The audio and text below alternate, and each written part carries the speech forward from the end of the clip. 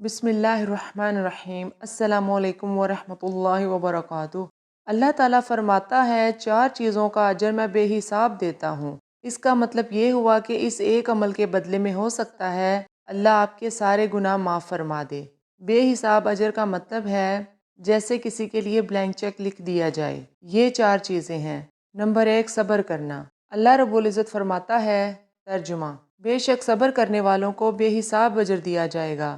سورہ الزمر آیت نمبر 10۔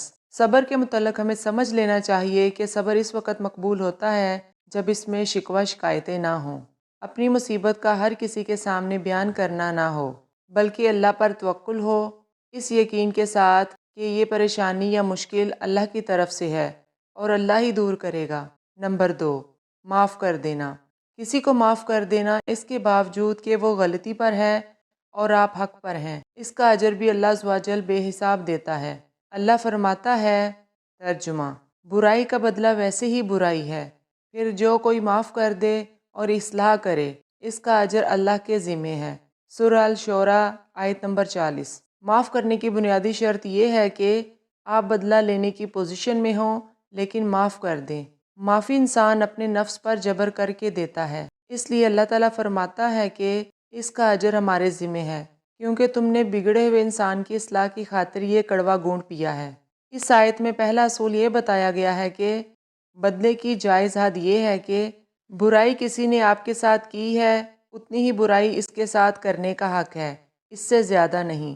اس لیے بدلہ لینے میں ہمیشہ یہ خطرہ ہوتا ہے کہ آپ زیادتی کر کے گنہگار نہ بن جائیں۔ نمبر 3، طعنہ زنی برداشت کرنا۔ اس کا اجر بھی اللہ نے بے حساب رکھا ہے۔ قرآن کریم میں ارشاد ہے، ترجمہ: اور یقیناً تمہارے لیے ایسا اجر ہے جو کبھی ختم ہونے والا نہیں ہے۔ سورہ القلم آیت نمبر 3۔ جب مشرکین مکہ نے حضور صلی اللہ علیہ وسلم پر تہمت لگائی کہ آپ نعوذ باللہ مجنون ہیں، تو اللہ نے یہ آیت نازل کی کہ آپ ان کی ہرزہ سرائی کو قطعی خاطر میں نہ لائیں، بلکہ ہم نے آپ کے لیے کبھی نہ ختم ہونے والا اجر رکھا ہے۔ اور اس سے اگلی آیت میں اللہ رب العزت نے فرمایا ہے کہ آپ تو اخلاق کے بلند ترین مرتبے پر فائز ہیں۔ ہمیں بھی طعنہ زنی کا مقابلہ اس طرح کرنا چاہیے کہ کسی کی الزام تراشی سے ہماری شخصیت پر کوئی فرق نہیں پڑتا۔ اگر ہم حق پر ہیں تو ہمیں کسی سے ڈرنے کی کوئی ضرورت نہیں، کیونکہ ہم میں یہ برائی موجود ہی نہیں تو ڈرنا کیسا؟ اور پھر اس پر دل برداشتہ نہ ہونے پر اللہ عز و جل نے ہمارے لیے بے حساب اجر رکھا ہے۔ نمبر 4، روزہ رکھنے کا اجر۔